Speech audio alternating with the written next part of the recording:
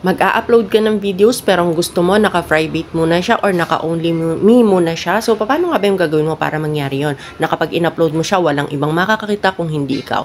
Paano nga ba yun? Syempre, pupunta tayo sa TikTok app natin dahil dito tayo mag-a-upload sa TikTok app natin, no? So, pagdating natin sa TikTok app, syempre, pag nag-a-upload tayo, yung plus sign sa baba, yung pinipindot natin.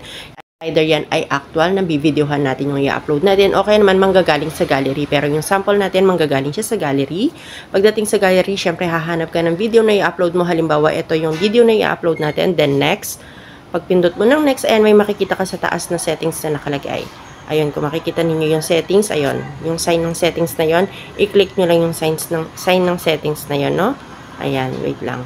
Yung sign ng settings na yan, click lang natin yan.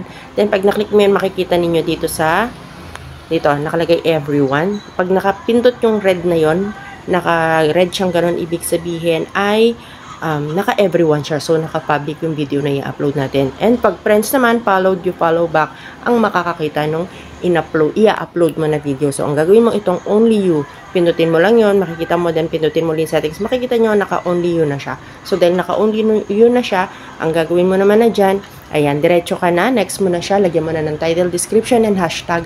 Then, pwede mo na siyang upload, automatic, naka-private lang yan, or naka-only me lang yan. Pag gusto mo siyang i-public, ayan, no, hanapin nyo lang po dyan, may tutorial tayo sa mga old videos na gustong i-public yung kanilang mga videos, no?